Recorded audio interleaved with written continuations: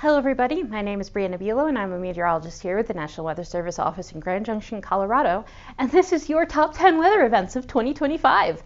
So when I pulled up this template, I realized I haven't done one of these since 2022, so big apologies on my part. And then before we kind of move into this, they're not top 10 in the sense that they've been ranked necessarily, but these are some of the more interesting events that made it into the stories of the months per my weather summaries, and some of them have been expanded into one or two events, just to kind of give you an idea of the big events of the year, and then they're also going to be listed more or less in chronological order.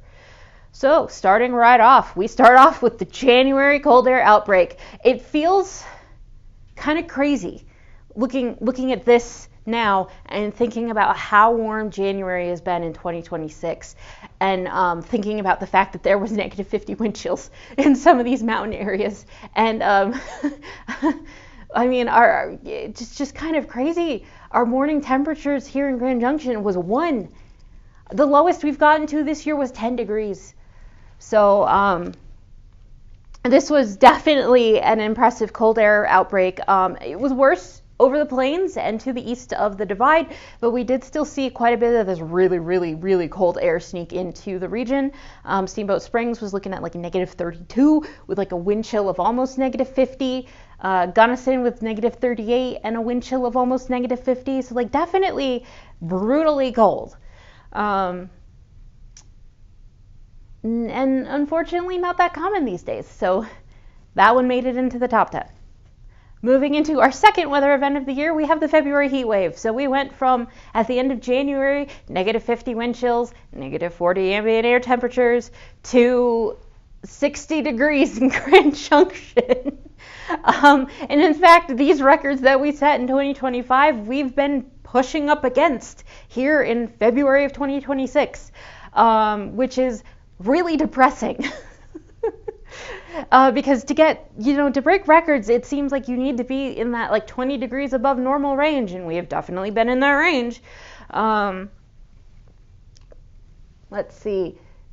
I mean, obviously, February thaw is not unheard of, but having a thaw that breaks a record by 12 degrees is pretty unusual. And this period of early summer-like weather started on the 2nd of February, but peaked by the 3rd and the 4th when temperatures were in the upper 60s to low 70s.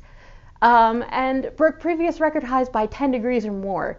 And this heat lasted through the 7th with more reasonable departures between highs in the previous records, so less than 10 degrees. But for all that this was unusual, this period of record warmth felt pretty good after those really cold January temperatures. I mean, I've got mixed feelings. I'm a winter girl. I'm from upstate New York. I like winter. I like the cold. But yeah, after coming off of, negative 20, negative 30 temperatures, it being 60 degrees out, that feels pretty good. Moving into our next top 10 event, we have late season March snowstorms. Yes, March is technically the beginning of both meteorological and astronomical spring, depending on the date. Obviously, meteorological spring starts on the 1st, and astronomical spring starts with the equinox, which is anywhere between the 21st and the 23rd, depending on the year. But in the mountains, out here in western Colorado, it's still winter. And March 2025 definitely reminded us of this. We had snow sticking to the roads across the lower elevations of eastern Utah and western Colorado during the month of March, and we had several strong cold winter storms that moved through, and several days of very messy travel along important routes such as I-70 and US Highway 40, probably also US 50. Just a little reminder that for Mother Nature, she doesn't care what the calendar says. She's going to do what she's going to do. So these are just some images from this period. So we have I-70 in the top 2 looking pretty gnarly. Wouldn't have wanted to been out there driving. And then here we have Highway 40 west of Craig. Again, that looks kind of awful. And then even Meeker, heavy snow in downtown Meeker. I'm so ready. Bring this back to 2026. Moving into our next story of the month, we're jumping ahead of a couple of months here. We're jumping to June because April and May were just kind of constant unsettled weather patterns. There wasn't anything particularly stand out-y from those months as far as what would go into a top 10 weather event. But this is definitely worthy of being in the top 10. At the beginning of the month of June, we actually had a fairly widespread severe weather event that even brought some pretty substantial severe weather to the Grand Valley. Both of these photos are golf ball sized hail, so 1.5 to 2 inch hail in the Redlands. These are courtesy of our hydrologist. And that is golf ball sized hail with an actual golf ball, because she actually lives next to a golf course and has golf balls just land in her yard. Yes, the month of June started off with a bang with several rounds of severe weather in the first week, bringing gusty winds and some large hail to the region. June 6th specifically, the Grand Valley got a taste of this with a severe thunderstorm that dropped golf ball size hail and fruit on the Redlands and into Orchard Mesa, so it kind of went south of the town of Grand Junction, city of Grand Junction proper. But, hail this size is enough to damage cars, roofs, and plants, as well as hurt anyone unlucky enough to be out in it. We did actually hear reports of all of those things, including a poor woman who got caught out in the golf ball sized hail and suffered some pretty nasty bruising. So if you end up in golf ball sized hail, try to, cover your head up and try to find shelter. Moving into July and August, so we have our summer wildfires. Despite the fact that the spring season particularly was relatively dry and relatively warm, we actually saw a fairly slow start to our fire weather season, with major wildfire activity really not getting going until the middle of July, where a somewhat unexpected nocturnal thunderstorm event tracked across central portions of eastern Utah and western Colorado, sparking off a number of wildfires, including 3 that actually became fairly major. So these include the South Rim Fire, which was in Black Canyon of the Gunnison National Park. It destroyed some of the park's service buildings, so the buildings that help the rangers that actually live there full time. And it destroyed the campground, which this image is of. This is from the South Rim Fire Information Facebook page. They did save the visitor center, and they saved some of the infrastructure to some of the overlooks, but the main priority was making sure that the visitor center was not destroyed, and it came within feet of the visitor center. There is some images and footage out there of that, and it came very close, but they did protect the visitor center. We also had the Turner Gulch Fire, which started in Unaweep Canyon along, I want to say it's 141, between Grand Junction and Gateway. And it smoked out Gateway. It cut off Gateway because that road was basically closed outside of emergency traffic due to the wildfire being right there. And it smoked out Grand Junction for a couple of days. It felt a little bit like being back in 2020 during the wildfires during the Pine Gulch. So that one was definitely, and that one went all summer long because it would die down and then it reinvigorated again. And then we also had the Deer Creek Fire, which occurred in the LaSalle Mountains in eastern Utah. And that one actually, while it was for the most part just your run-of-the-mill wildfire, gets its own special entry on the next slide, and you'll see why in a moment. And then in August, we had another round. We had another round of thunderstorms that actually sparked off more wildfires. Particularly this round was focused more to the north of I-70, especially around Meeker. Meeker kind of had it rough during August and September. We had first the Elk RBX fire, which was to the east of Meeker, and then we had the Lee fire, which actually started off as 2 fires. It started off as the Greasy fire and the Lee fire, so for a while here at the office we were referring to it as the Greasy Lee.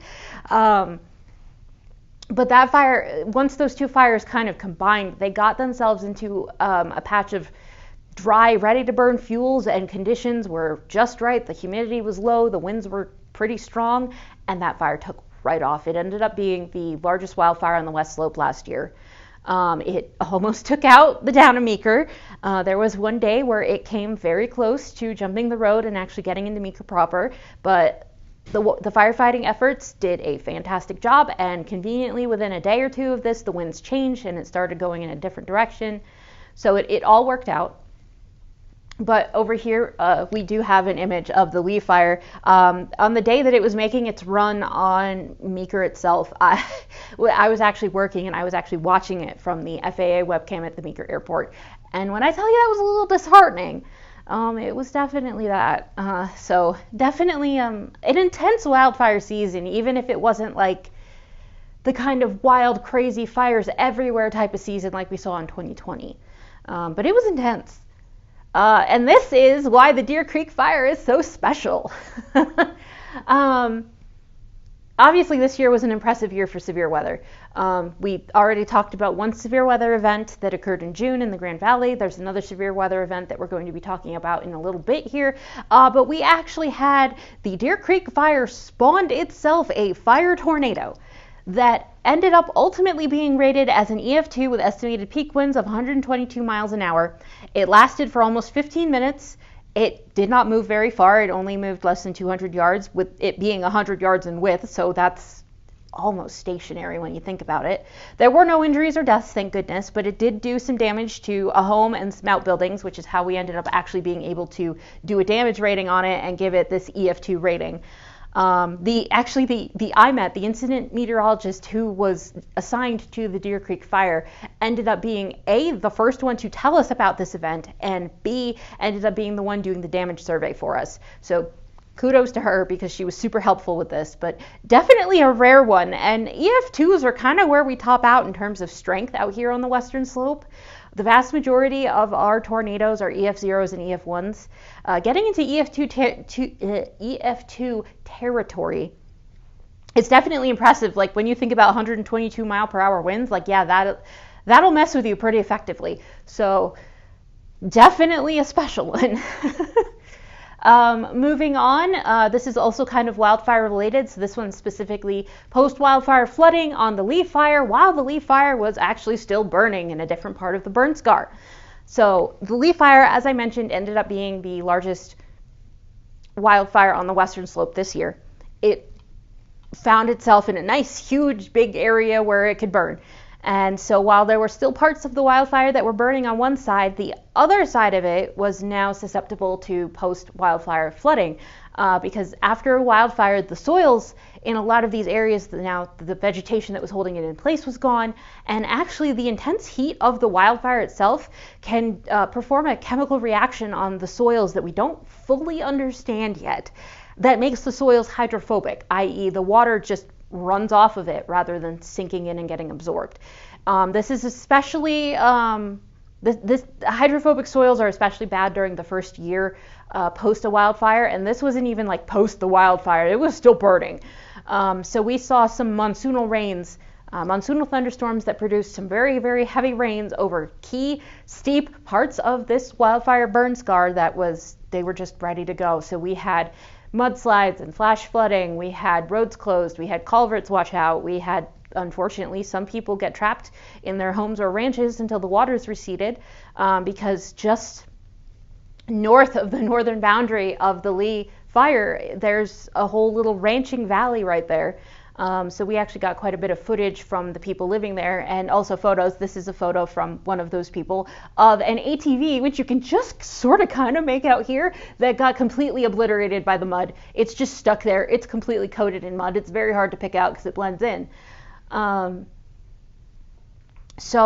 was definitely like, while we're still dealing with the fire still burning over here and having, wildland firefighters on it and having to worry about there being lightning in the vicinity, we're also worried about there being heavy rain on this burn scar because it actually ended up having to close Rio Blanco Hill because of flood and mud coming out of the intersection with County Route 5 that was just flowing over the highway.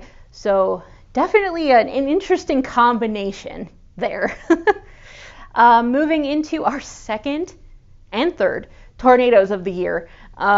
In September, we actually had another very intense severe weather event. If you're somebody who watches my videos regularly, you'll know that I was actually off on vacation with family during this event, and we actually got caught in one of the severe thunderstorms and called in a report of severe hail because that's what happens when you get two meteorologists and a pilot in the car, I guess.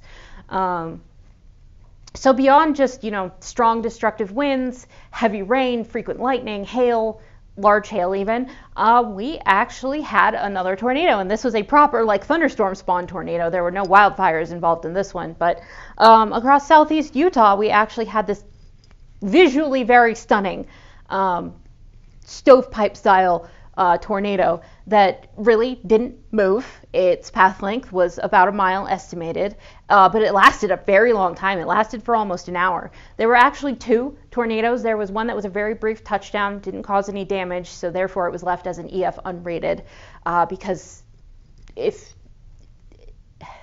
the Fujita scale, and therefore now the enhanced Fujita scale or EF scale, are essentially damage ratings that we use to estimate how strong the winds would have been to do that damage. So in order to rate a tornado, it has to do some measurable form of damage.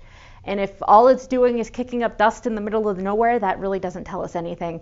And unfortunately, also in this portion of far southeast Utah, our radar coverage is several thousand feet above the ground, so we're not even anywhere close to what's going on at the surface.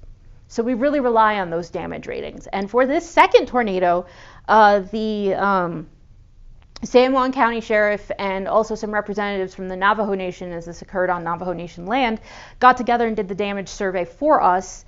And they estimated peak winds of 120 miles per hour, which falls it under an EF2 rating.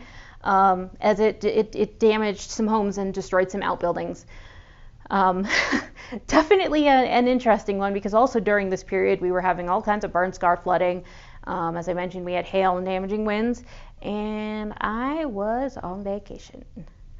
And I don't know whether I should be grateful that I didn't have to deal with this or jealous of the people that got to deal with this, because we get tornadoes out here so rarely.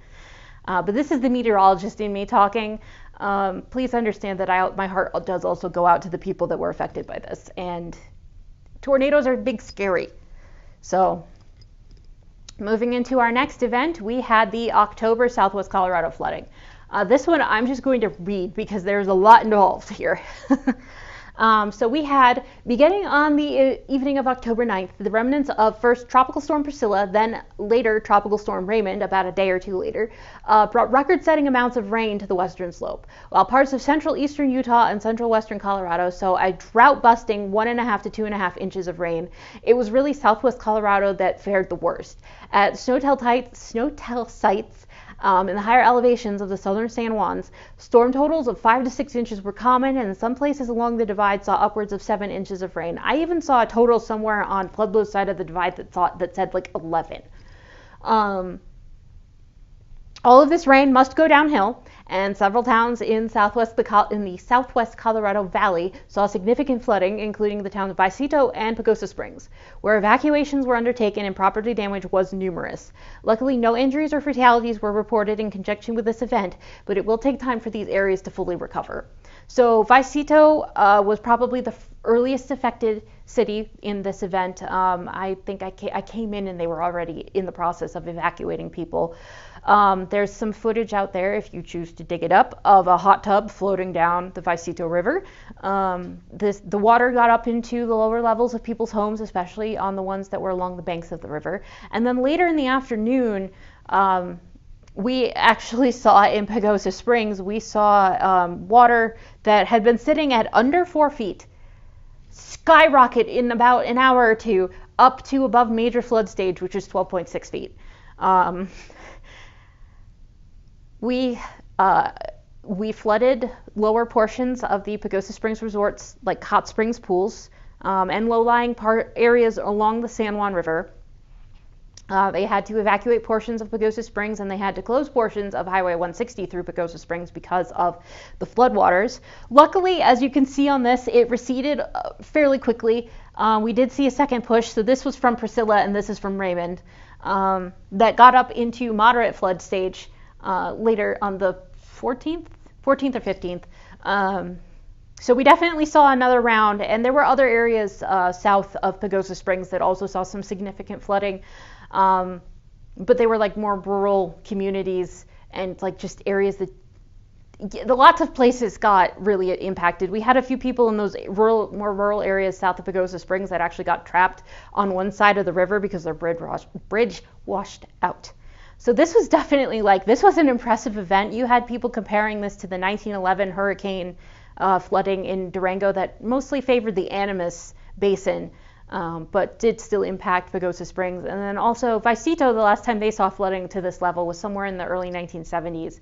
And definitely population increase is playing a part in the impacts from these events because, I mean, these events have happened before, but a lot can change in 50 or 100 years, and people build closer and closer to rivers, floodplains change, infrastructure changes, there's not as much soil around to collect the water, and so we sometimes do see when we get these really high-end events having an even stronger impact than anyone particularly expected originally. And this is our last event. A little bit of space weather to round things off. We have the November Aurora event. I will read this one as well because I went into a little bit of depth with the summary. In the days leading up to Tuesday, November 11th, two coronal mass ejections, or CMEs, these are basically sunstorms, launched from the sun and headed towards Earth. On the 11th, these solar storms reached Earth, resulting in a geomagnetic storm that the Space Weather Prediction Center, also known as SWPC, rated at a G4. G5 is the top of the scale, by the way. So this was a pretty dang impressive event.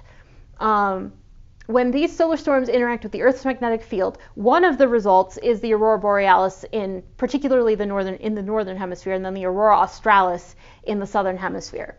The stronger the solar storm, the brighter and more extensive the lights, particularly also the closer to the further equatorward the band of lights moves. So with this event, I want to say the lights were directly overhead, like along the Canadian-US border, which is quite a bit further south than you would expect for the aurora. There were places that in like far northern Minnesota and obviously in Alaska where they were looking south to see the lights. With this storm, the lights were so bright and expansive that they were able to be seen from Alabama and northern Florida. The lights were visible to the naked eye, even in very light polluted locations such as Seattle and Chicago. And here in the Grand Valley, numerous people wandered out into the night to catch a glimpse. This photo is from one of the coworkers here at the office. I also took some photos, but my really good camera battery was dead, so my phone did not do as good of a job. But yeah, I went out. Several of my coworkers went out. I encountered so many people on the monument that night. It was truly just a spectacular, awe-inspiring event, and I'm really glad that I and several other people got the chance to see it, because I've lived my whole life up until 5 years ago in New York, New England. I've never seen the Northern Lights before. This was my first time seeing the Northern Lights. So Western Colorado is always going to have a special place in my heart, if only for that, but also for a lot more. So that's it for the top 10 weather events of the year. I hope you enjoyed. I hope maybe you learned a little something. I hope you enjoyed my silly, random commentary because it's the middle of the night. And I hope you have a good one. Enjoy, everybody. If you like this sort of thing, you can go check out some of the climate or the weather summary videos. And I hope you see you again. Bye.